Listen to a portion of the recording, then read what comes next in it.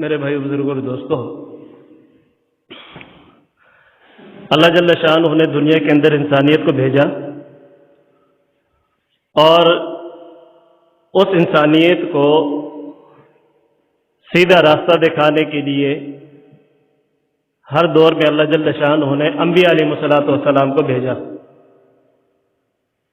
پھر انبیاء علیہ الصلوۃ والسلام پر اللہ جل شانہ وہ زندگی اتارا کرتے تھے صحیفوں کی شکل میں، کتابوں کی شکل میں، کہ جس زندگی کے اوپر اللہ جل شانہ نے آخرت کی کامیابی کا دار و مدار رکھا ہے۔ اب اس سے پہلے جتنی بھی شریعتیں تھیں وہ تبدیل بھی ہوئیں کہ ایک حکم ایک شریعت کے اندر جائز ہوتا، اللہ جل شانہ دوسری شریعت کے اندر اس کو ناجائز ٹھہرا دیتے۔ تو یہ ایک تربیتی نظام تھا۔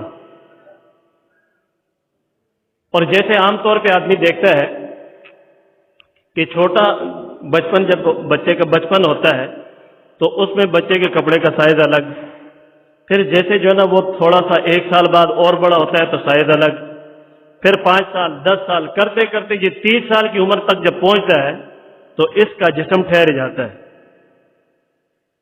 تو اس کے اوپر جو کپڑا فٹ ہوتا ہے وہ پھر آخر تک یہی فٹ ہوتا ہے، اس میں پھر کبھی زیادتی نہیں ہوتی۔ تو اسی طریقے سے فرمایا کہ ایک انسانیت کا بچپن تھا، تو اس انسانیت کے بچپن کے اعتبار سے اللہ جل شانہ نے اس کی جو تربیت فرمائی، پھر حضور اقدس صلی اللہ علیہ وسلم پر اللہ جل شانہ نے اس تربیت کو مکمل کیا،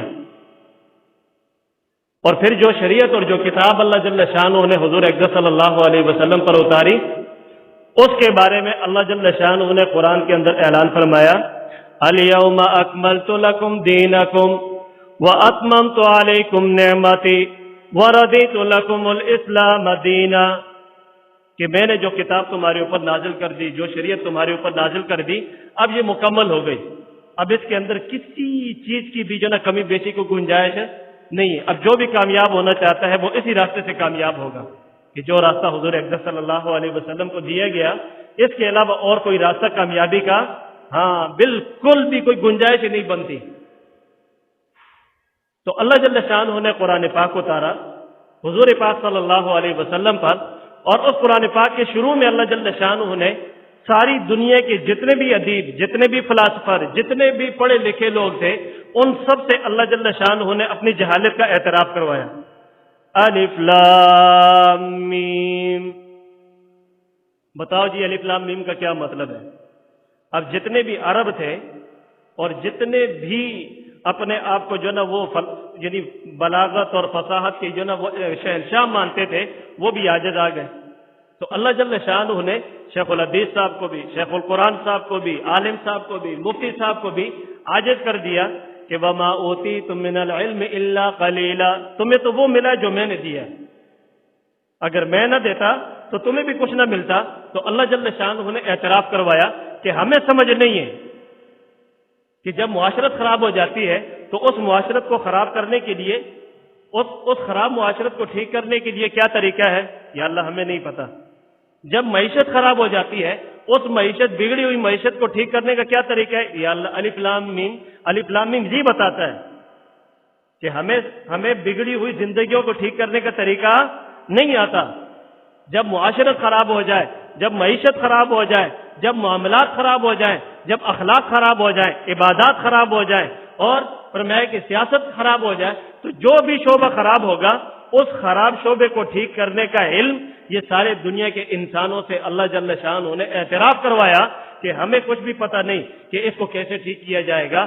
تو ذالک الکتاب لا ریب فیہ، کہ میں تمہیں طریقہ دیتا ہوں، میں تمہیں ایک زندگی دیتا ہوں کہ جس کے مطابق تم اپنی معیشت کو لے کر آؤ گے تو تمہاری معیشت بھی ٹھیک ہو جائے گی، تمہاری معاشرت اس کے مطابق ہوگی تو تمہاری معاشرت ٹھیک ہو جائے گی، تمہاری سیاست اس کے مطابق ہوگی تمہاری سیاست ٹھیک ہو جائے گی، تمہاری عبادات اس کے مطابق ہوں گی تو تمہاری عبادات ٹھیک ہو جائیں گی۔ تو جس لائن کی زندگی کی رہبری چاہیے، یہ قرآن تمہیں اس لائن کی زندگی کی رہبری دے گا، اور پھر اس رہبری کے اندر اللہ جل شانہ تمہاری دنیا بھی بنائے گا، آخرت بھی بنائے گا۔ تو ذالک الکتاب لا ریب فیہ ھدی للمتقین، ہر کسی کو راستہ بھی نہیں بتائے گا، ہر کسی کو راستہ بھی نہیں بتائے گا، ھدی للمتقین، صرف متقیوں کو راستہ بتائے گا۔ اب متقی صرف یہ نہیں ہے کہ بس پگڑی باندھ دی اور جو نا داڑھی رکھ لی اور زبردست قسم کی جو نا وہ کپڑے سنت کے مطابق چلا کے اور پائچے ٹخنوں سے اوپر کر کے تسبیح ہاتھ میں لے کے بیٹھ گیا، یہ متقی بن گیا۔ فرمایا کہ یہ متقی نہیں بنا، اس نے متقیوں جیسی شکل بنائی ہے۔ یہ شکل بھی بڑی قیمتی ہے۔ یہ شکل بھی کیا ہے؟ ہاں، پہلے شکل بنتی ہے، پھر اس کے بعد حقیقت آتی ہوتی ہے۔ کسی بھی پھل کو آدمی دیکھ لے تو آم ہوتا ہے، آم تو آم پہلے اس کی شکل بنتی ہے، پھر بعد میں اس میں ذائقہ آتا ہے۔ کینو کی شکل پہلے بنتی ہے، ذائقہ بعد میں آتا ہے۔ بیر کی شکل پہلے بنتی ہے، ذائقہ بعد میں آتا ہے۔ تو شکل پہلے بنانی پڑتی ہے، حقیقت بعد میں ملتی ہے۔ ایک آدمی کہتا ہے کہ میں شکل تو نہیں بناؤں گا، بس ویسے ہی حقیقت مل جائے۔ اندر صاف ہونا چاہیے، جیسے عام طور پہ لے کے نا جی اور جی شکل نہ لے کے کر دے، اندر صاف ہونا چاہیے۔ اور بھائی اندر صاف ہوگا تو اس کا جو اظہار ہوگا وہ بدن سے ہوگا۔ اس کا اظہار کہاں سے ہوگا؟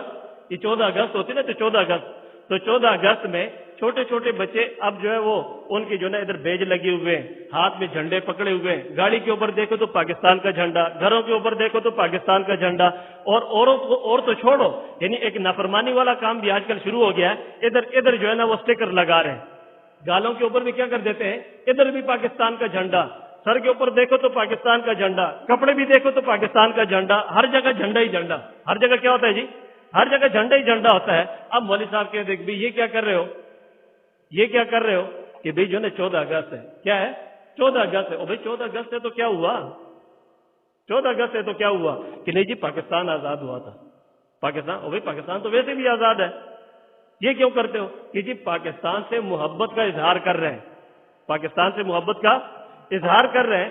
اگر مولوی صاحب یہ کہے کہ بھئی محبت کا اظہار جو ہے نا وہ دل میں ہی کرو، ظاہر کرنا ضروری، تو کیا کہے گا کوئی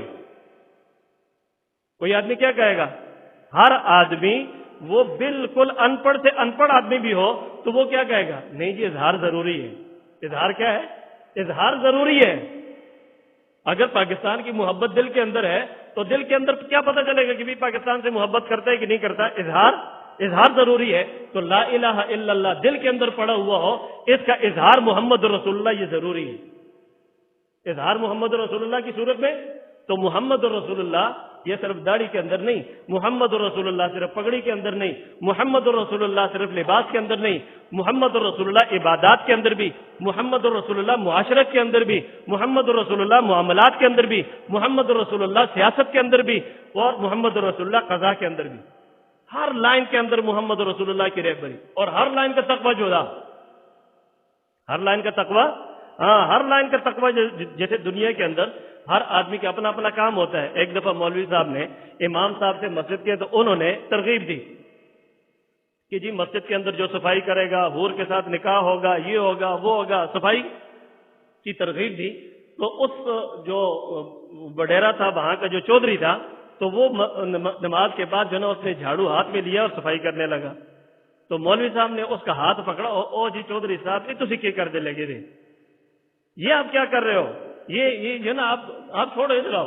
کہا مولوی صاحب آپ نے 1.5 گھنٹے کی تقریر کی ہے کہ مسجد کی صفائی کا جو ہے نا یہ ملے گا، یہ کہا یار وہ جو صفائی کرنے والے ہیں نا وہ ہم لوگ کریں گے، جو آپ کے کرنے کا کام ہے وہ کرو۔ کہ جی میں کیا کروں؟ کہا ادھر جو باقی خرچہ ہوتا ہے نا صفائی میں، سامان وغیرہ ضرورت پڑتی ہے تو آپ کے پاس نوٹ ہے، آپ نوٹ ڈھیلے کرو۔ آپ کیا کرو؟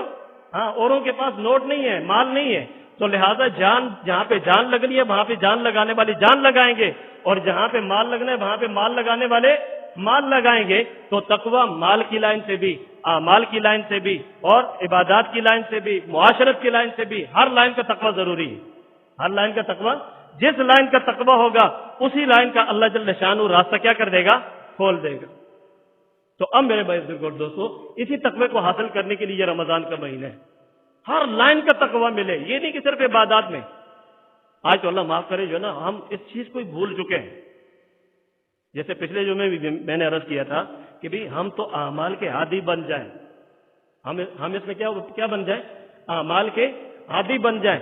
عادی کا مطلب یہ ہے کہ رمضان گزر جائے اور اعمال ہمارے چلتے رہیں۔ دیکھو نا عام طور پہ ہم جماعتوں میں جاتے ہیں تو جماعتوں میں جا کے ایک آدمی سے روزہ لگاتا ہے، اب اگر وہ صحیح طریقے سے پابندی کے ساتھ 3 دن گزارے تو کیا ہوتا ہے جی، وہ آئندہ کی زندگی اس ترتیب پہ اگر اپنا ماحول تبدیل نہ کرے تو یہ سہ روزہ اس کو پوری زندگی چلاتا ہے. لوگ کہتے ہیں نا 1 ہفتہ 2 ہفتے، 1 ہفتے 2 ہفتے کی بات نہیں ہوتی. وہ جب تک ماحول کے اندر رہتا ہے تو چلتا رہتا ہے، ماحول تبدیل ہوتا ہے تو پھر کیا ہو جاتا ہے، پھر بگڑ جاتا ہے. تو سب سے جو بنیادی چیز ہے کہ آدمی جیسے جو ہے نا تبلیغ میں وقت لگاتا ہے اور رسولوں کے ساتھ وقت لگاتا ہے تو اس کی زندگی تبدیل ہوتی ہے. تو رمضان کے 30 دن گزرنے کے بعد جو 31واں دن آتا ہے وہ رمضان کا جو اثر ہوتا ہے نا وہ نظر نہیں آتا، وہ رمضان کا اثر نظر نہیں آتا. وجہ کیا ہوتا ہے؟ وجہ یہ ہوتی ہے کہ ہم نے اس میں تقوی نہیں سیکھا.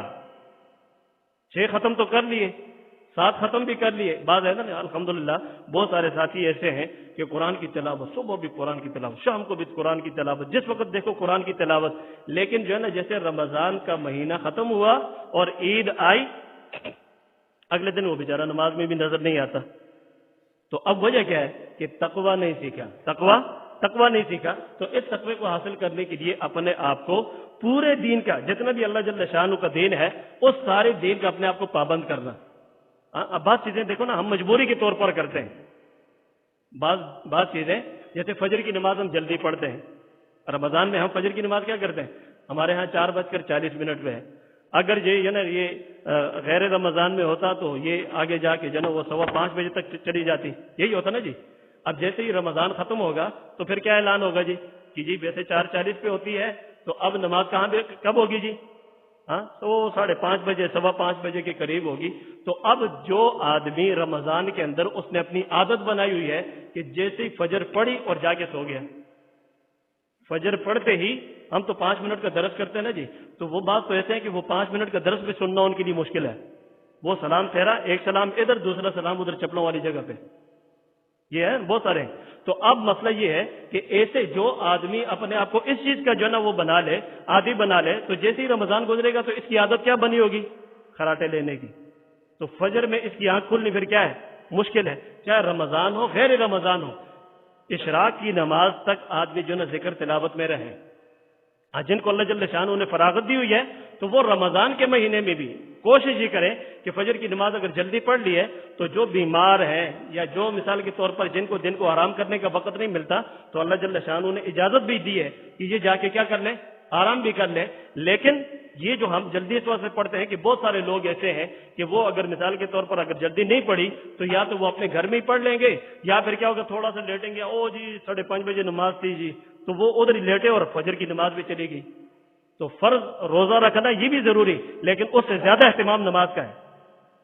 اس سے زیادہ اہتمام کس چیز کا ہے؟ وہ نماز کا اہتمام.